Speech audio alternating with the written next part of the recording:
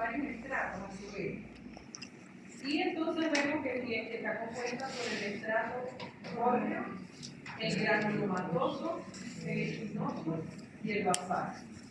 Y fíjense que los dermatofitos van a afectar el estrato córneo, o sea, de la capa más superficial que es la epidermis, el estrato más superficial de la epidermis, que es el estrato córneo de la piel. Bueno, y entonces según la región anatómica que vayan a afectar, las tiñas se clasifican en tiña corporis cuando afectan la piel, tiña capitis, que son las que afectan básicamente el cuero cabelludo, ¿verdad? La tiña cruris, la pedis y la tiña pubis. Y aquí tienen más o menos cuáles son los principales dermatofitos que afectan en estas regiones anatómicas de la piel.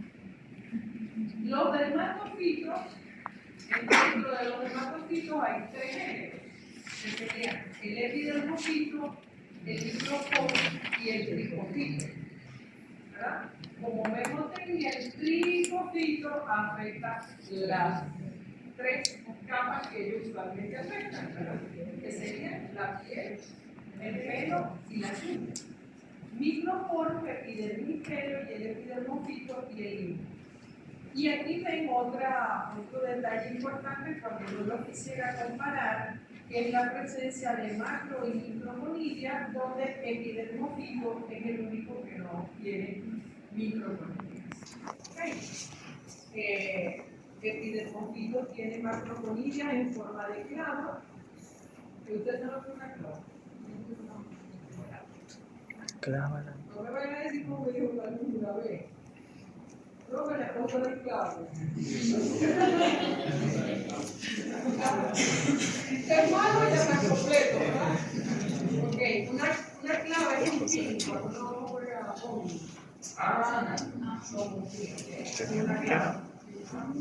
Bueno, microporos, sus macroconillas tienen forma fusiforme y tricofitos tienen en forma de barra. Okay.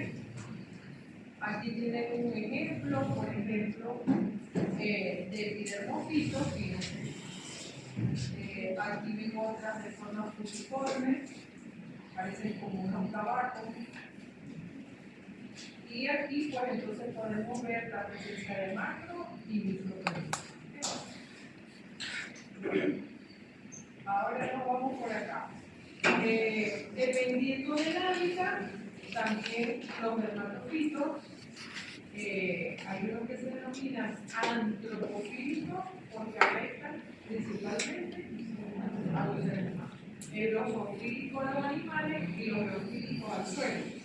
Y el detalle más importante de acá es que los antropofílicos producen menor inflamación, pero producen infecciones crónicas. Ejemplo de ellos son las tiñas en las uñas o en los pies, que son de muy difícil tratamiento. Y cuando se les coloca un tratamiento tiene que ser por periodos muy prolongados, porque si no, no se cura. En cambio, los geofílicos, sus infecciones son agudas, pero producen mayor inflamación. Aunque producen menos inflamación, pero vamos a decir, el curso clínico de la enfermedad es más agudo, es corto, se cura más rápidamente. Bueno, a ver, las micosis se transmiten de persona a persona. ¿No es transmisión directa? ¿De persona a persona? No.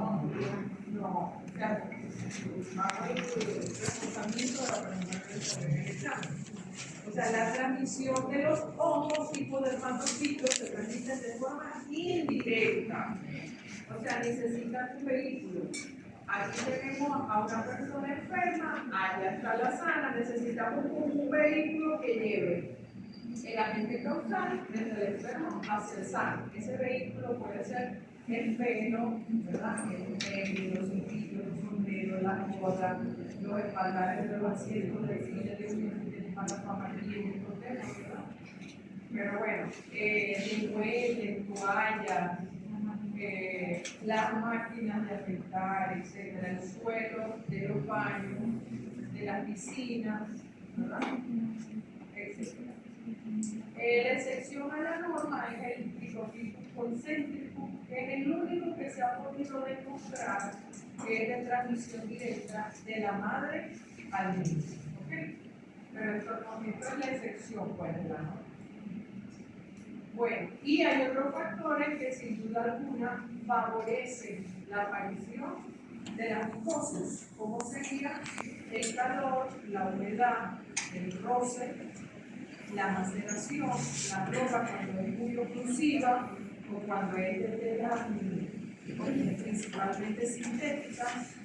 Se sabe que la ropa de algodón, que pues por supuesto que no produce tanto calor ni roce, ¿verdad? O la ropa muy ceñida al cuerpo, el plano, etc. Todas estas cosas influyen en la aparición de la vida.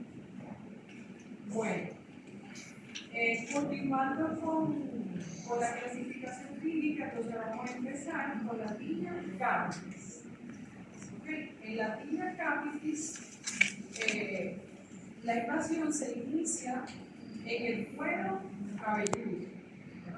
Primero se afecta en el cuero cabelludo. Fíjense que esto de acá tiene folículo piloso, entonces la infección inicia por acá, por el cuero cabelludo, igual, en el estrato corto de la epidermis del cuero cabelludo. Okay. Luego de eso, entonces, va invadiendo la vaina del cabello, luego va de la corteza hasta que llega hasta la zona del bulbo del cabello. Y entonces allí empieza la división de la agente causal y empiezan a hacer las trombonitas por ahí, disparando la trombonita por todos lados y empieza a ocurrir el daño. ¿Okay? Entonces, esta invasión puede ser de tres tipos: endocrina, ectocrina y otra que llaman una invasión tipo de inflamativa. Las más importantes desde el punto de vista médico son estas dos: la endocrina y la ectocrina. ¿Okay? Entonces, bueno, la tinea capitis,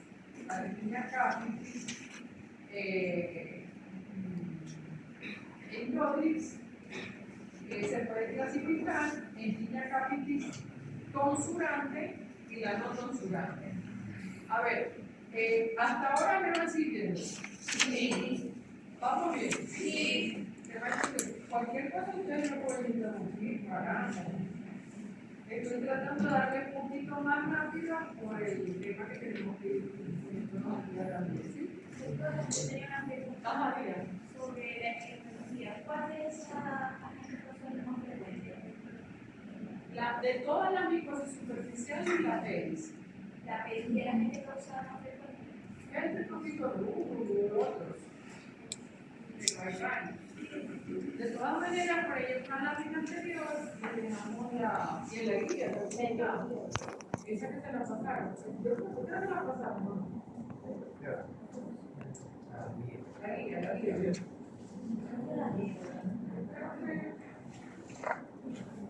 Bueno, pero no se puede descargar. Sí. ¿Esa cuál es la vieja? No sé. Hay un cuadrito donde más o menos le dice cuáles son los diagnósticos principalmente que afectan a cualquiera de ellas. ¿Okay?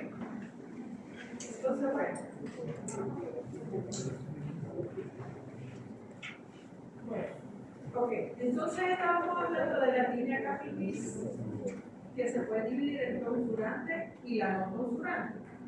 La tonsurante es la que es más frecuente en niños y esta a su vez se divide en ataques endocrinos y ectócrinos y la descamativa, que estaba hablando de ¿verdad? Y la tinea capitis no tonsurante es la conocida como inflamatoria, babosa y querulescente. ¿Okay? Bueno, vamos a poner los ejemplos porque a mí me parece que esto la foto en el mismo ejemplo. ¿Okay?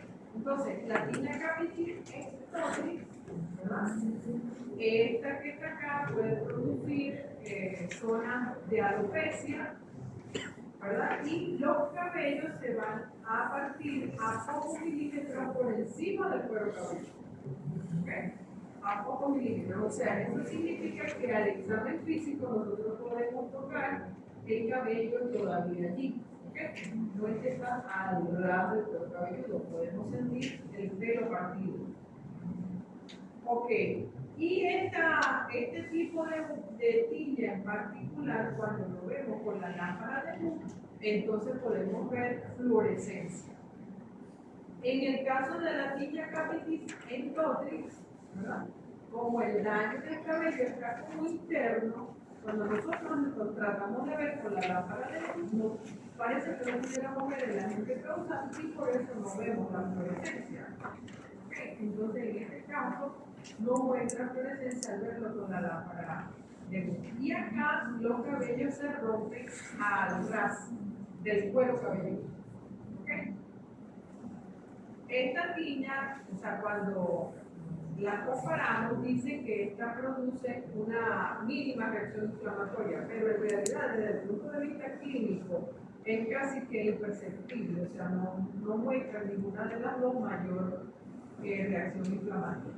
¿Okay? Incluso un ejemplo, tiña capitis ectotrix, que la llaman emplaca gris, por la descamación sobre todo que produce, y la endotrix que la llaman en puntos negros. ¿Por qué? Porque como el cabello se rompe al ras del cuero cabelludo y tiene algo de inflamación, cuando tratan de salir se enrollan en el mismo folículo y no pueden salir, y ese es el punto negro que se observa ahí. Acá vemos igual, tiña capitis ectotrix, y vemos cómo se ve en la lámpara de luz, que es esta coloración que ven por acá, o azul más claro o verdoso. ¿Okay? Y esta es la capitis endotrix, donde están observando allí esta gran cantidad de cositas que vemos ahí, que son los puntos negros. ¿Okay? Que son cabellos que se han roto al ras del cuero cabelludo y están intentando salir. Ok, ahora, la tinta capitis no susurrante o babosa, ¿verdad? Es, o también denominada Kerim de Celso. Esta es el mejor ejemplo de la tinta inflamatoria. Desde el punto de vista clínico, o sea, mire, eso es algo que no lo sabemos explicar, pero cuando uno ve una lesión que tiene pus o una lesión inflamatoria, eso es inmediato. ¿Qué pensamos nosotros? En bacterias. Eso es así. Inmediatamente nosotros pensamos en bacterias. Pero fíjense que no siempre son bacterias. En este caso, allí, esto es un Kerim de Celso y el producido es un nuevo tipo de dermatofita. ¿Okay? Por supuesto, un Kerim de Celso pudiera tener una infección bacteriana sobreagregada. ¿Okay? Y ahí es cuando entonces vemos adenopatías satélites, ¿okay? Retroauriculares, etc. Pero en este caso, ¿verdad? Es un Kerim de Celso. Usualmente son lesiones únicas, redondeadas, que tienen la forma como de un casquete.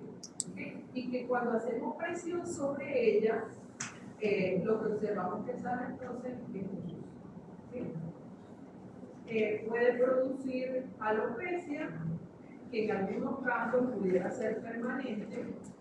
Eso va a depender del grado de inflamación hasta qué capa de la piel se produce el daño. Bueno, usualmente, en otra foto, usualmente aquí dice que los cabellos pueden estar adheridos entre sí. Esto viene dado por la misma secreción, por el mismo. Ok. Otra tiña superficial, que en muchos casos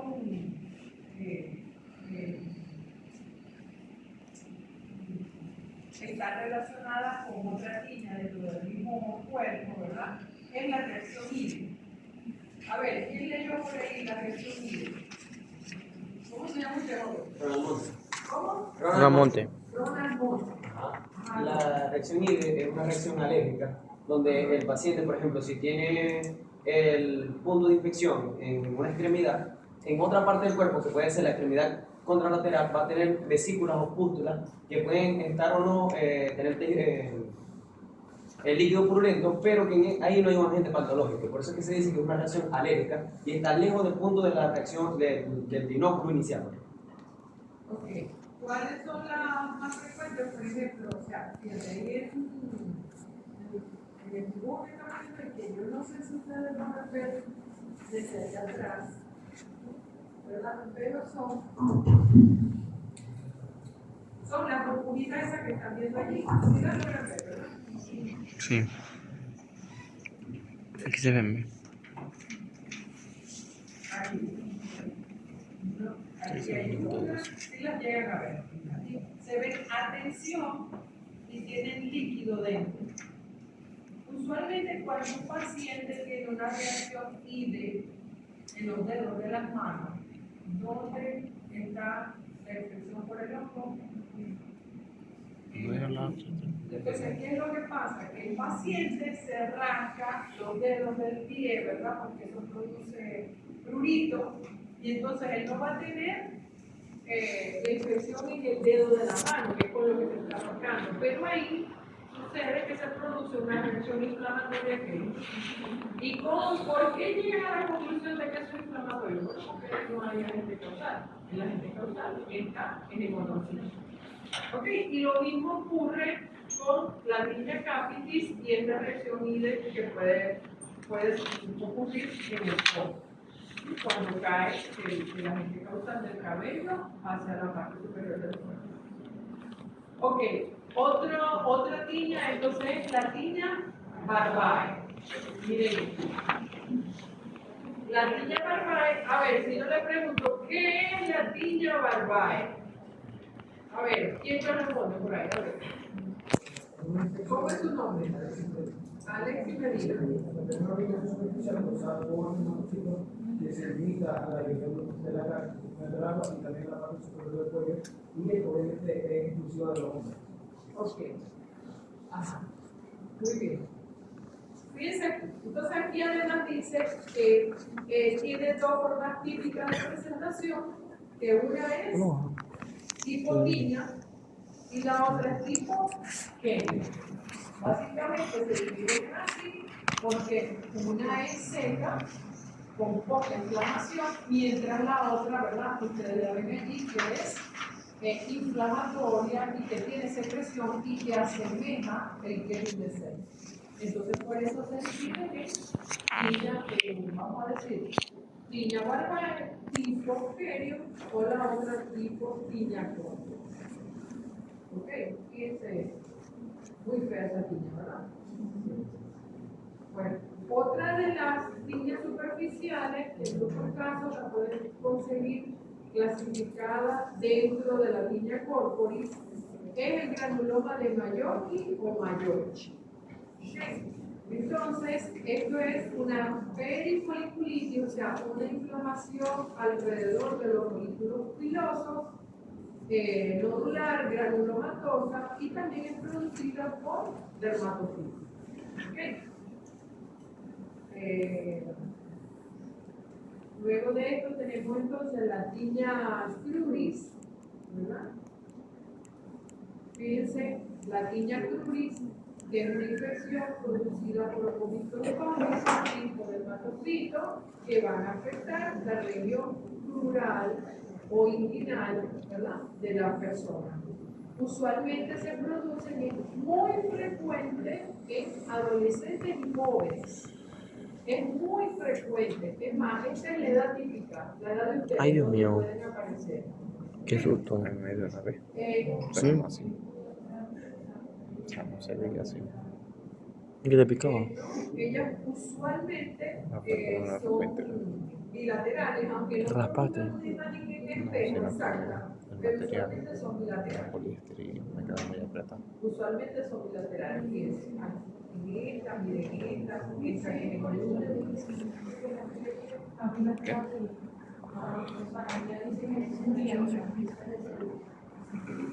Usualmente puede conseguir usted por ahí algún paciente con una úlcera unilateral, pero ellos se pueden presentar. ¿Okay? Bueno, entonces, fíjense, esta es una patología típica, sobre todo en los trabajadores de la industria petrolera, estos que trabajan en Gabarra, en el lago, ¿verdad? Que hacen labores de perforación, donde esos muchachos, imagínense, se ponen primero su ropa interior, luego de eso se ponen un pantalón. Después de eso, imagínense ustedes que les mandan a poner una braga. Entonces, es la ropa oclusiva, ¿verdad? El calor, el resplandor del mismo lago, ¿verdad? El sol al que están expuestos. Están vestidos desde muy temprano, 5 o 6 de la mañana, hasta horas de la tarde, expuestos a ese calor. Imagínense ustedes cómo los jóvenes no van a tener una infección de tipo por hongos, ¿no? Entonces, aquí entra también la parte de la epidemiología, ¿verdad? En que trabaja el paciente, la ropa que utiliza, este tipo de patología, entonces es frecuente. Bueno, esa es la tilla cruris, por la localización donde se presenta. Ahora, la tilla corporis, fíjense, este es otro tipo de lesión. Entonces, igual, estas son infecciones producidas por dermatocitos en la piel, ¿verdad? Que está desprovista de pelo. ¿Okay? Usualmente, yo creo que la foto que más se parece es la que vimos al inicio. Me voy a colocar, porque esa que está ahí.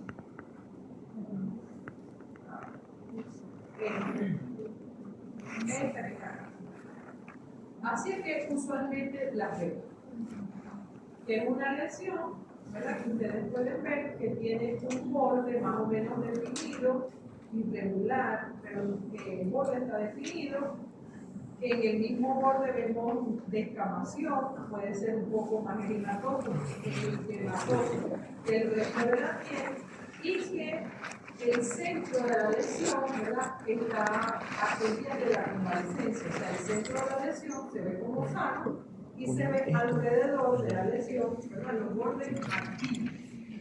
Cuando ya nosotros vemos lesiones de este tipo, usualmente están relacionadas con pacientes inmunocomprometidos. ¿Okay?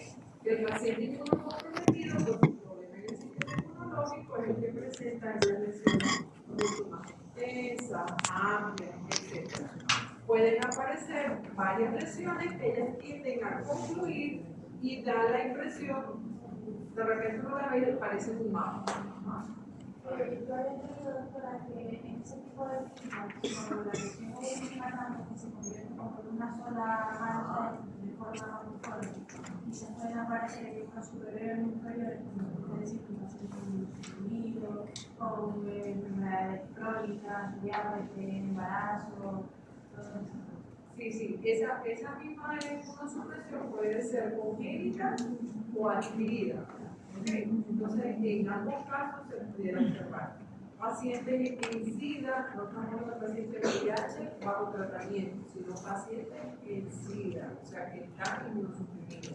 Aquellos en pacientes oncológicos que están recibiendo quimioterapia, el uso de los corticosteroides cuando tienen un tiempo prolongado, los pacientes que tienen artritis y que tienen que estar tomando, por ejemplo, muchos de ellos combinan metrotexate con prednisona.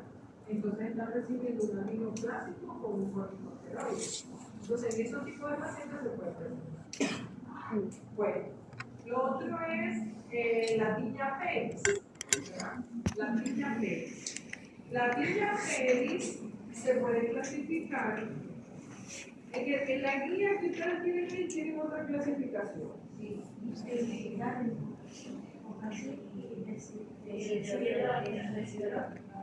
Ajá. Ok. Dishidrótica o ultraterapéutica. Ok. Bueno. Pero a mí me parece que esta clasificación es mejor. Porque en esta clasificación está la interdigital, la vesicular y la crónica. Okay. Entonces, la interdigital que es la más frecuente, ¿verdad? Se habla de que por lo menos el 70% de la población en algún momento de su vida tiene una tiña periinterdigital.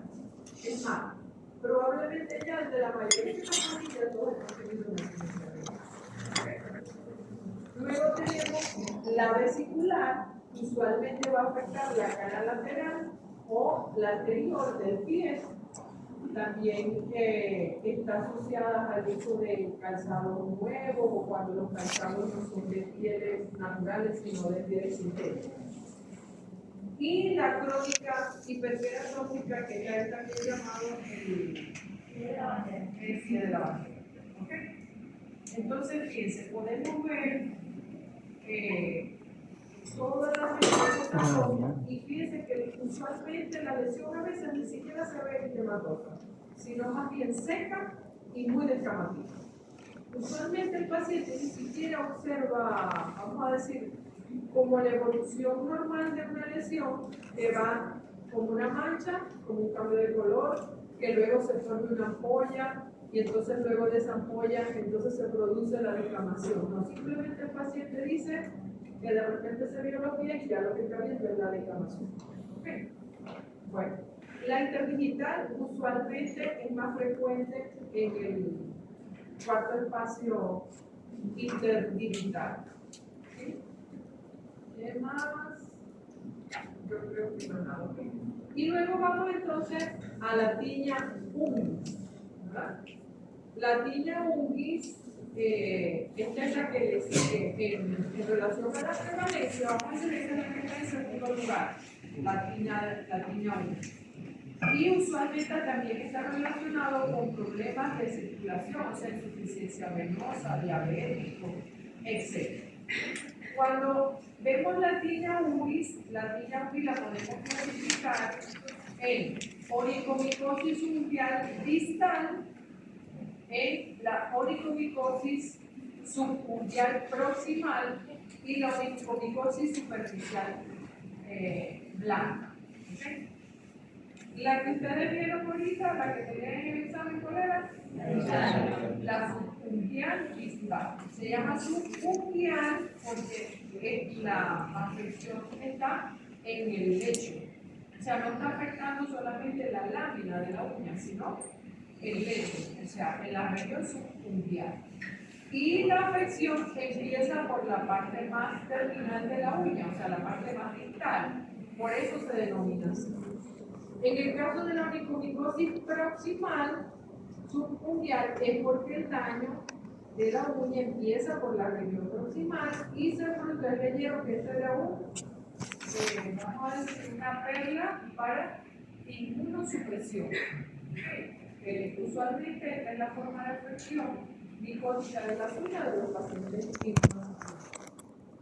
Y la superficial blanca, que es la que los niños empiezan a contar las mentiras. Los niñitos cuando se ven una manchita blanca dicen no son las mentiras, las abuelas pues los engaños. ¿Verdad? Ay, qué bueno. Ese cuento estaba bonito. ¿Cuál? La lateral. Aparte de la lateral, la primera se llama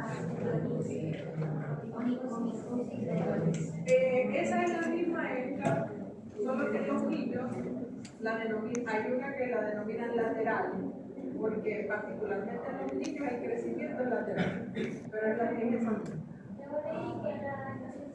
Yo leí que la no afectaba el hecho secundario, sino que se quedaba en y por eso no podía Exacto, es esta misma, que es la superficial blanca.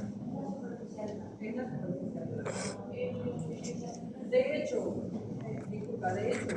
este tipo de onicomicosis, cuando se lima la uña, cuando se lima bien la uña, desaparece. Claro, si no la liman bien y el paciente no toma tratamiento, pues en la medida que ella crece, ha quedado allí agente causal y puede volver a crecer. Pero con un buen limado de la uña, desaparece ese tipo de lesión, porque es muy superficial en la uña. ¿Qué me iba a decir? que en la primera pasada fue la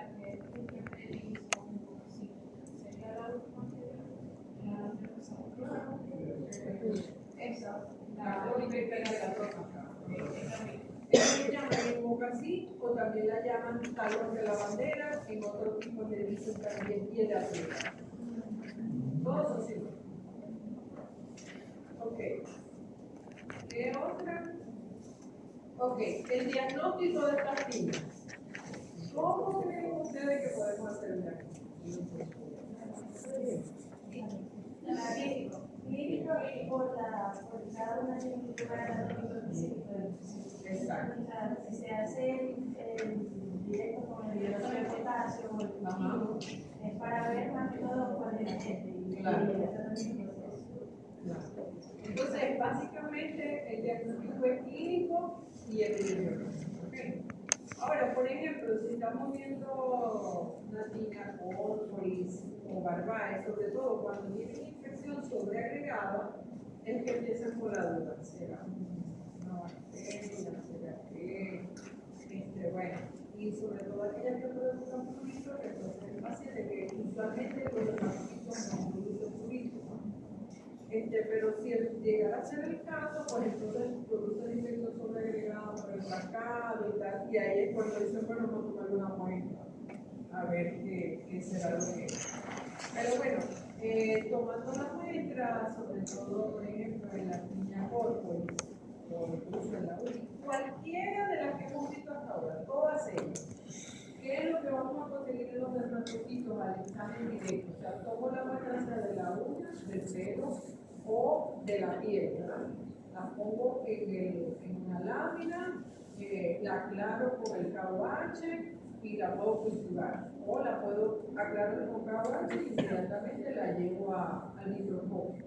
¿Okay? Entonces allí lo que voy a ver es un hongo, ¿verdad?, que está creciendo de forma alargada, tubular, o sea, una linfa hialina, tabicada, ¿verdad?, y ramificada y que se divide en forma de artroconíferas.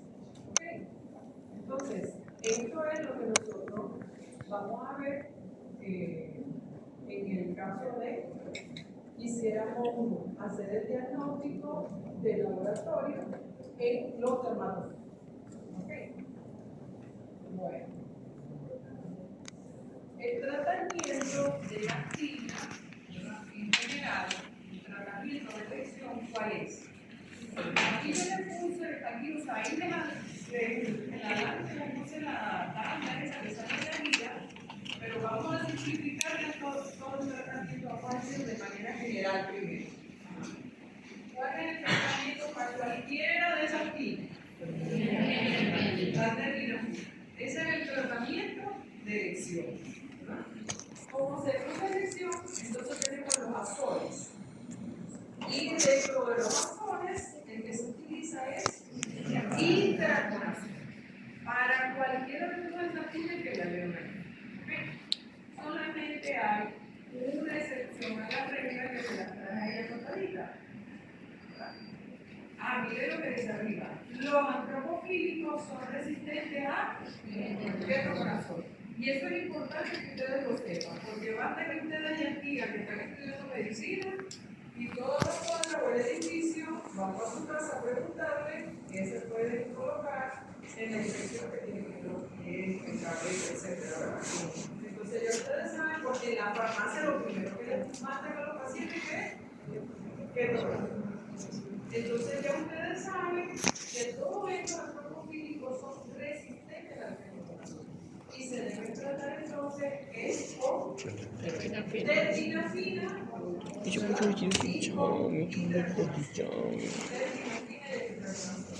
y ambos vienen en tableta y o sea, para uso oral o para uso local. O sea, vienen en laca o en cremitas, etc. Ahora, también hay que aclarar que solamente el tratamiento tópico no cura estas tinas. Es necesario la biterapia, o sea, el tratamiento oral y el tratamiento local. El otro detalle importante en este tratamiento es el siguiente. Fíjense ustedes, ¿hasta dónde tiene que llegar el medicamento para curar?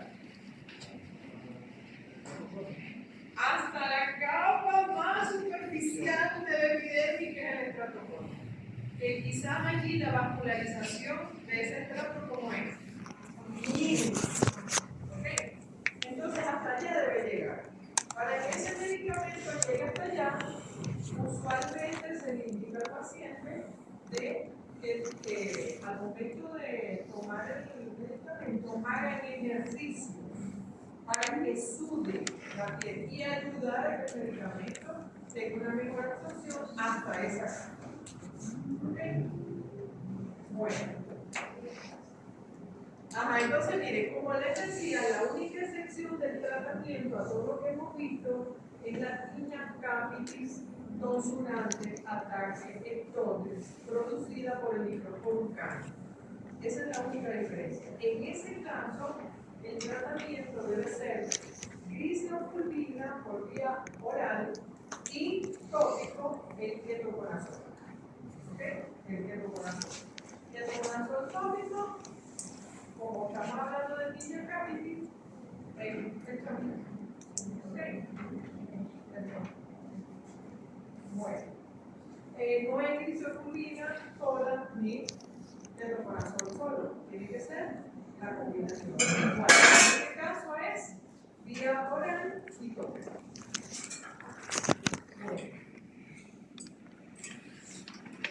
Ok, y aquí nos vamos entonces ahora a litiasis versicolor.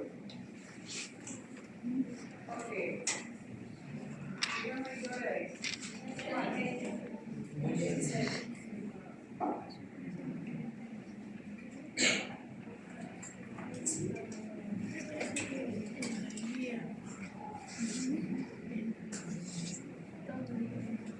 Es más difícil en la Pero que tiene que estudiar para talleres. ¿Ustedes alguna vez han visto un paciente con una manchita así? O quizás ustedes tengan alguna manchita como esta, ¿verdad? Sí.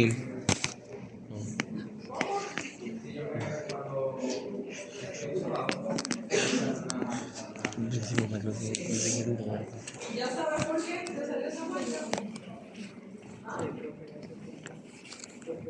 ¿Por qué te salió?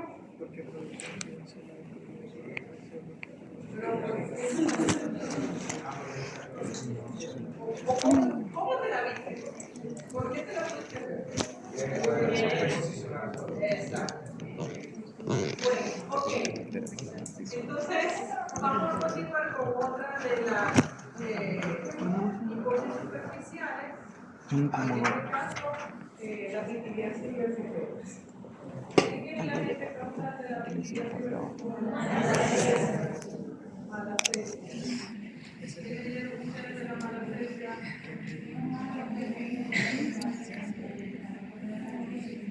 Exacto.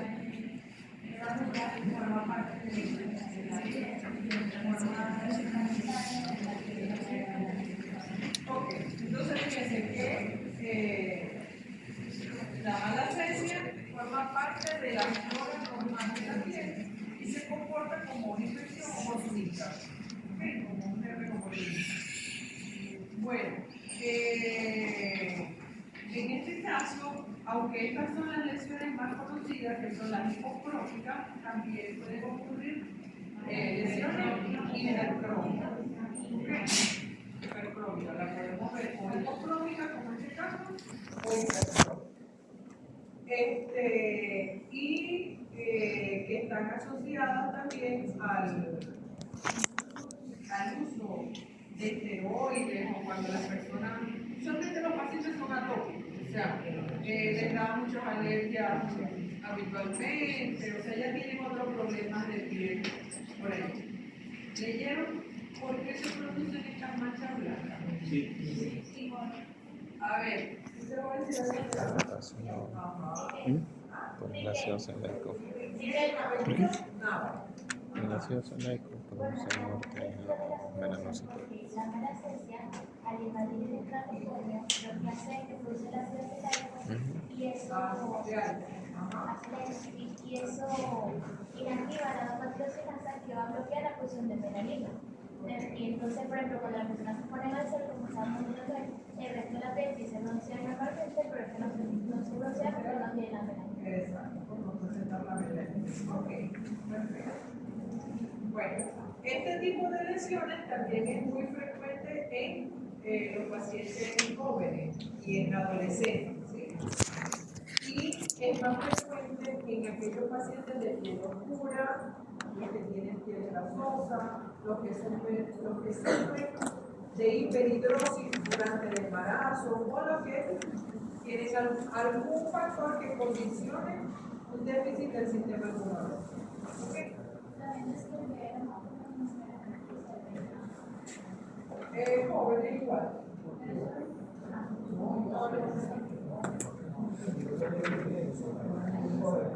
Porque quizás esta parte de una relación incluso más seria. Y como la relación es muy profunda, entonces tiende a desarrollar. Exacto. ¿Okay? Donde en la piel grasosa crecen con mayor frecuencia. Ok. Afecta la pitiriasis versicolor, afecta habitualmente el tórax y no es contagiosa, ¿verdad? Fíjense esa espalda tan bella, pero miren esa manchita de la piel, ¿verdad? Entonces, esa es la típica lesión de la pitiriasis versicolor. Ok. La pitiriasis versicolor tiene dos formas típicas de presentación. Esas lesiones que pueden ser hipo o hipercrónicas, descamativas, pero la forma de presentación de ellas varía prácticamente en el lugar donde se presentan. Una forma de presentación afecta el tórax anterior, posterior, el abdomen y el cuello, y la otra forma de presentación, que es la que ocurre en los sitios de flexión, o sea, en los codos o detrás de la rodilla y en la cara. Entonces son exactamente el mismo tipo de lesión, solo en el sitio anatómico donde se presenta. ¿Okay? Bueno, y leyeron lo que es el signo de Bernier, ¿verdad? Sí. Normalmente la evolución es la reclamativa, no es para ver si, pero en el momento de arrancarse, empezar a descamarse más. Y eso es Una descamación, vamos a decir, abundante. Una descamación abundante. Bueno, ok. El diagnóstico de la pitiriasis versicolor, ¿verdad? Vamos a decir el diagnóstico del laboratorio. Tenemos un diagnóstico que es de tipo directo y el otro indirecto. ¿Por qué se llama directo?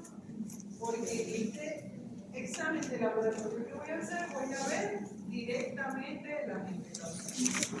El indirecto es porque, bueno, porque necesito que él crezca o porque voy a hacer una prueba de antígeno anticuerpo, pero no estoy viendo directamente la infección.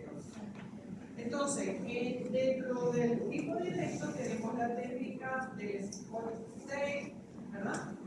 Que es la, vamos a decir, que simplemente como pongo la muestra, ¿verdad? Una cinta adhesiva se coloca encima de la lesión, se frota para que se pegue bien la cinta, se adhiera bien a la piel y entonces se tira de la lesión para entonces que quede en la cinta adhesiva la descamación. Eso se tiene con tinta de bolígrafo, que es la llamada la técnica del doctor Franco Borelli. Eso es tinta azul o tinta parca, que es la tinta de bolígrafo. Y luego entonces vamos a observar unas nervaduras por ahí que se agrupan dando la impresión de unas simbologías. Son esas estructuras redondeadas que ustedes están viendo aquí y aquí. Ok. Listo. Y si nosotros viéramos igual estas lesiones con la lámpara de luz, entonces vamos a ver fluorescencia. Ok. Si hacemos un break aquí, solamente hasta ahora hemos mencionado dos lesiones que producen fluorescencia. ¿Verdad? ¿Vale?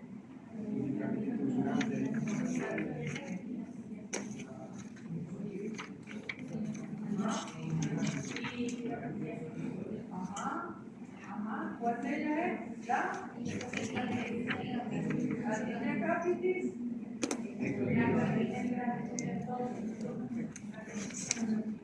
Ectosis, la tinea capitis ectosis, ¿verdad? Y la tiniasis versicolor, ¿sí?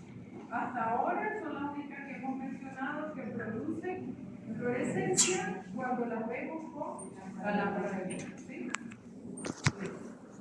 Bueno, y otro método de diagnóstico que es indirecto, que es un método deductivo, el método de Lewis-Grossman, que es el que se utiliza para el diagnóstico de tiniasis versicolor. Y el cultivo básicamente se realiza para saber la especie. Si es malacesia músculo, tipo de malacesia. Ok. En el caso de tiniasis versicolor, el tratamiento es ketoconazol. El cultivo, yo leí que se le utiliza más que todo para casos epidemiológicos, porque primero para el diagnóstico, ya el diagnóstico directo es muy fiable, y segundo porque puede dar falsos positivos, porque si recordamos, malacesia es un comensal de la piel habitual. Sí, es necesario que tenga una lesión en la piel. Si usted tiene la lesión, no se la muestra. Porque si usted la toma de piel sana, ya sabemos que forma parte de la ciudad. ¿Okay? El mismo cuento de cuando hacemos cultivo de cuando me acuerdo de Con las bacterias Staphylococcus aureus pasa eso. exacto, el mismo cuento de los estafilococos cuando hacemos un cultivo, ¿okay? Que pueden estar normalmente. Ok. Bueno, fíjense que hasta ahora hemos hablado empezamos hablando de micosis, todas aquellas que están producidas por hongos macroscópicos, ¿verdad? Ahí nombramos el micetismo, la micotoxicosis y las alergias, básicamente, ¿verdad? Esas eran las producidas por hongos macroscópicos. Después empezamos a ver micosis, o la parte de micopatología, que es producida por hongos microscópicos. En el caso de los hongos microscópicos, entonces hablamos de las dermatofitosis o tiña, hablamos de tiña capitis, tiña ramae, tiña hugo, tiña rosso, frutis, peri y oligomicosis. ¿Okay? Además hablamos de reacciones, ¿verdad? Y del granuloma de Meier. ¿Okay? Todas ellas son producidas por hongos microscópicos. Además, hablamos ahorita de la tiniasis versicolor. Además, hay otras lesiones que también pueden ser producidas por hongos microscópicos, que son estas que están acá, y que seguramente son las que con más frecuencia van a recordar dentro de su práctica, vamos a decir, clínica. Y estas son principalmente foliculitis. Miren, cada vez que lo veo paciente con una foliculitis, me dice uno, ¿es una infección? Y fíjense que la foliculitis son lesiones tipo pústulas, ¿verdad? En los folículos pilosos y pueden aparecer en el tronco, en los miembros, etc. Pueden ser producidas también por hongos y se trata, igual que las tiñas, con itraconazol. ¿Sí? Y las otras que pueden ser la dermatitis seborreica, igual son lesiones que ustedes pueden ver en la piel, que son descamativas, son muy frecuentes en los pacientes inmunosuprimidos. Las podemos ver en los párpados superiores, ¿verdad? La podemos ver entre las cejas, también se pueden ver en la región de las mejillas, en la región anterior del tórax, en la esternal, en la región subescapular, se pueden observar este tipo de lesiones, así como las que están viendo, descamativas. Y esas también son producidas por hongos tipo de estos dermatólogos. Y la otra que también es frecuente, que es la que están viendo allí, es la capa. ¿Okay? Bueno, también dentro de las infecciones producidas por hongos microscópicos está la enfermedad inflamatoria crónica de la piel, muy frecuente en por ejemplo, ocurre en los pies. Esta que es tipo vesicular, descamativa, es producida por calzado, ¿verdad? O perdón, es una infección producida por hongo, pero cuando usualmente estamos expuestos a calzado, como les dije, sobre todo calzados que son de pieles sintéticas. Y las enfermedades sistémicas producidas por hongos usualmente vemos en las unidades de cuidados intensivos, como son funciones relacionadas con los catéteres, habitualmente que se cultivan los catéteres. Los catéteres se pueden cultivar y entonces podemos ver que está relacionada con hongos. ¿Sí? Bueno. Pero se me olvidó, menos mal. Eso nos lo pasaron ayer, nos dijeron que les diéramos la información. Va a haber un tipo de fiebre amarilla, no sé si